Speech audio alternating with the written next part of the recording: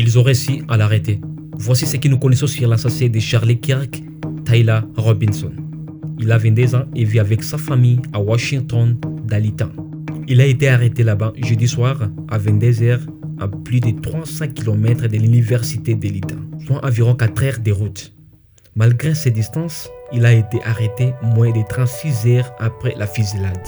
Le directeur de FBI, Kash Bar, a qualifié cette intervention historique et a remercié le public pour plus de 11 000 informations reçues. Tyler a été vu arriver à l'université de Dalton vers 8h20 dans une Dodge Challenger grise portant un short, un t-shirt et un sac au dos. Sur le toit, il a changé de vêtements, puis après sa fuite, il a remis son short et son t-shirt, et ce qui montre que sa fuite était planifiée. Il n'était pas étudiant. Sa famille indique que Tyler était devenu très politique ces dernières années. Il avait même dit au dîner qu'il n'aime pas Charlie Kirk et plusieurs de son point de vue politique.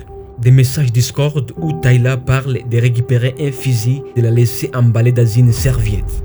Et Tyler a agi seul. Et finalement, sa famille et un ami l'ont convaincu de se rendre, et ce qui permet au FBI de les localiser. On ne sait pas si la récompense de $100 000 a été réclamée. Certains rapports indiquent que son père l'aurait refusé.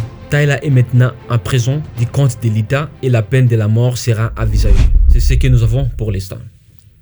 Le gouverneur de l'État a qualifié cet événement de moment charnière de l'histoire américaine. Mais la question est de savoir si cela marque la fin des chapitres sombres ou le début des nouveaux. Cela évite à réfléchir dans quelle mesure les défis de notre société sont-ils influencés par les plateformes en ligne et propagande de la haine. En fait de compte, cette affaire nous rappelle que la vigilance, la responsabilité et le respect de la dignité humaine sont essentiels.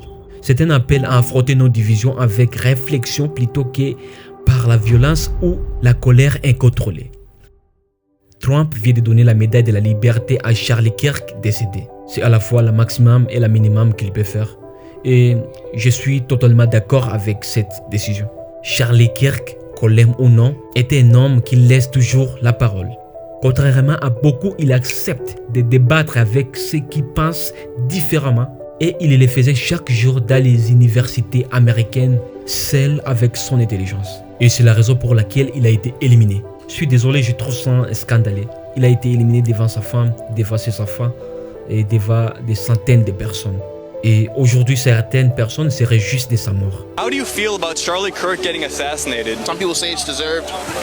To get murdered in front of his children and family? When God calls you home, you gotta go. You think God called him home? It's well deserved. For him specifically getting killed, womp womp, he got what he deserved. Honestly, I feel like he just got what he deserved. No shit.